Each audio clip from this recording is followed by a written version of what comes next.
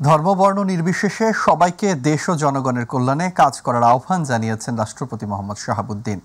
তিনি বলেন, একটি বৈষম্য ও দুর্নীতিমুক্ত এবং ন্যায়ভিত্তিক রাষ্ট্র প্রতিষ্ঠায় সাম্প্রদায়িক সম্প্রীতির বন্ধনকে আরও মজবুত করতে হবে। জাতি, বর্ণ, ধর্ম নির্বিশেষে সকলকে একটি আধুনিক উন্নত বাংলাদেশ গড়ার অগ্রযাত্রায় সামিল হবার আহ্বান জানান তিনি। দুপুরে বঙ্গভবনে খ্রিস্টান সম্প্রদায়ের সাথে শুভেচ্ছা বিনিময়কালে তিনি সব কথা বলেন। সকল ধর্মের মূল কথা হচ্ছে মানুষের সেবা ও কল্যাণ। তাই ধর্ম বর্ণ নির্বিশেষে সকলকে দেশ ও জনগণের কল্যাণে কাজ করতে হবে। বাংলাদেশ সাম্প্রদায়িক সম্প্রীতির দেশ এবং এটা বিশ্বের একটি অনন্য উদাহরণ।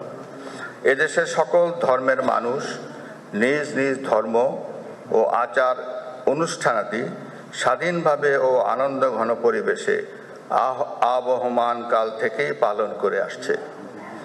একটি বৈষম্য ও দুর্নীতিমুক্ত এবং ন্যায়ভিত্তিক রাষ্ট্র প্রতিষ্ঠায় সাম্প্রদায়িক সম্প্রীতির বন্ধনকে আরও মজবুত করতে হবে।